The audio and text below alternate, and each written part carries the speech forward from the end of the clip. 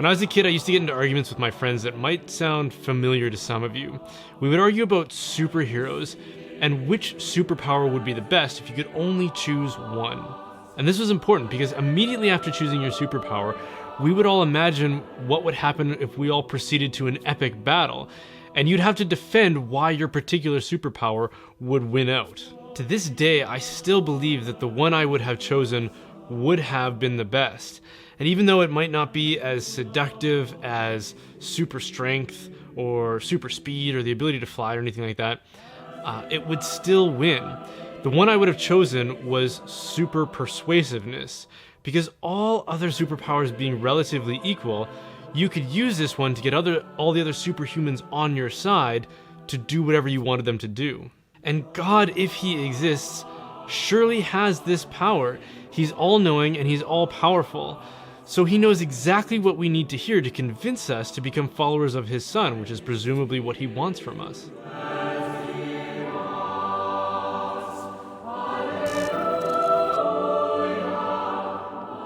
If I was God's marketing director and I could talk to him the way I can talk to some of my clients, I would say, God, we've got to get the real you out there. We've got to overwhelm people with majesty and glory. If you want disciples and followers, we have to show them what they're missing.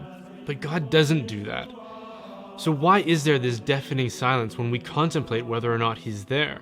Why doesn't he make himself more obvious to us or even overwhelm us with his presence so that his glory and his divinity were undeniable and we couldn't help but worship him?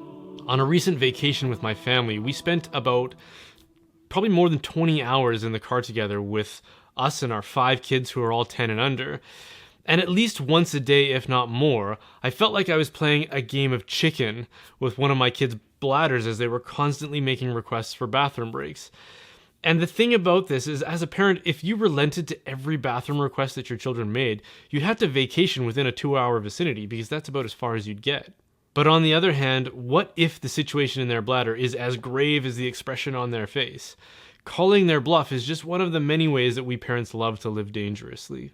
But one thing is for sure, there's nothing noble or admirable about an urge that overwhelms you. We don't look at somebody who desperately has to go to the bathroom and say, wow, what great courage. How bad do you have to go? That bad? Oh, wow, that's amazing. How did you do it? And I don't think that God wants to be in that category where he reveals himself to us and then we are swept up into an automatic response like an overwhelming bowel movement. I think that God wants to invite us into a response that we can freely choose, especially as it relates to relationship with him. And I think that's the key to this. If God merely wanted us to worship him, then it would make sense for him to overwhelm us with a demonstration of his power and glory. The fact that he doesn't do that reveals something important about him. It reveals that he's leading us to something more profound, into an opportunity for a kind of relationship that can only happen when you encounter someone on an even footing. My YouTube channel, which is probably where you're watching this from, happens to be ranked something like 350,000th in the world, which is, I know, that's pretty impressive, right? But even with that small amount of notoriety, I still get people approaching me in public, which is perfectly fine, by the way. But when I interact with people in public like this, I can tell that they're really excited and really happy to meet me. Now, the only reason someone could be this happy by my mere presence is if they believe things about me that simply weren't true. Like they've seen me on YouTube where things are scripted and polished and there's nice lighting and whatever else. And then they filled in whatever other blanks they need to produce a persona that few people, let alone I, could live up to. In reality, I'm often selfish, insecure, moody, neurotic, and withdrawn, which is why people who actually know me don't get nearly as excited or happy when they get to spend time with me as people who only know me through my YouTube channel. And this is the incoherent nature of celebrity. For some reason, we have this desperate urge to be near to someone who lives up to a standard of greatness that we ourselves fall short from. And so maybe to compensate for it, we just want to be close to people who we believe lives up to that standard. And there are people who go to concerts and events like that where they can be in proximity to some celebrity and then collectively lose their minds. And this is how irrational we can behave around celebrity, even minor celebrities who are only slightly more attractive and more talented versions of ourselves. If human celebrity is so overwhelming for us psychologically that it would be nearly impossible for someone like you or I to have a relationship, an authentic relationship with an actual celebrity, how much more so with the God of the universe? The Bible records that God's glory is so intense that to be exposed to a full blast of it would actually kill us. And in other places, it records over and over again that when people were exposed to even a notion of his presence, that they were absolutely terrified by it.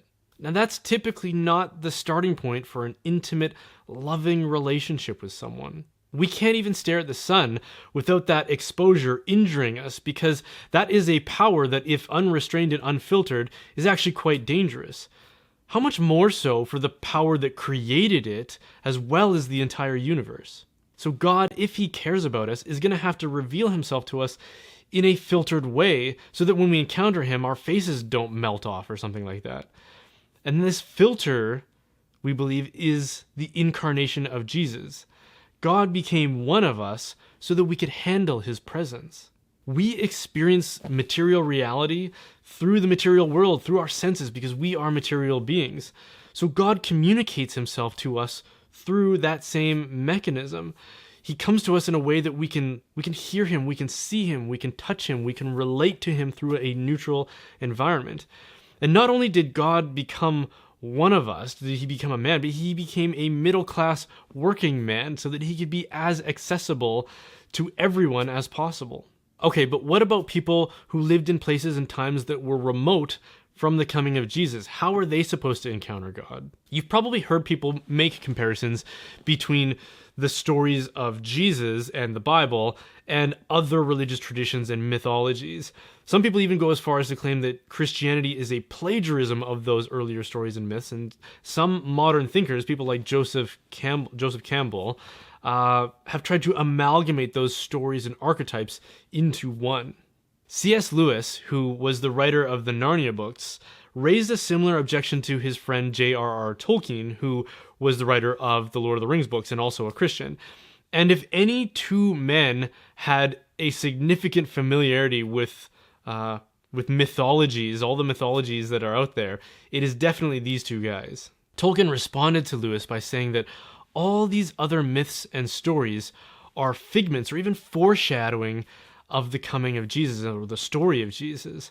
The big difference is that the myth of Jesus is the one that actually took place in history, in space and time. These similarities that we perceive in other cultures and mythologies that were outside the direct influence of the coming of Jesus, instead of lending to the conclusion that Christianity is just a reproduction of all these other myths, could just as easily inform us that God was revealing himself to these cultures through their mythologies and their stories, so that when the time was right for the incarnation, that they would recognize it for what it is, as it happened. Thank you so much for watching that, you guys. If you enjoyed this video, then please consider subscribing and hitting that bell if you're on YouTube, or just liking and following from wherever you are and wherever you happen to be watching this from. And if you want to support the making of these videos, then please consider supporting my work as a digital media and marketing expert.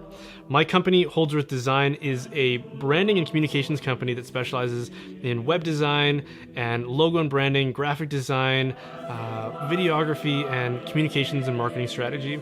So if you know of a parish or a diocese or a business or a ministry that needs help in those areas, then please send them our way, and I'm sure that we can probably help them out.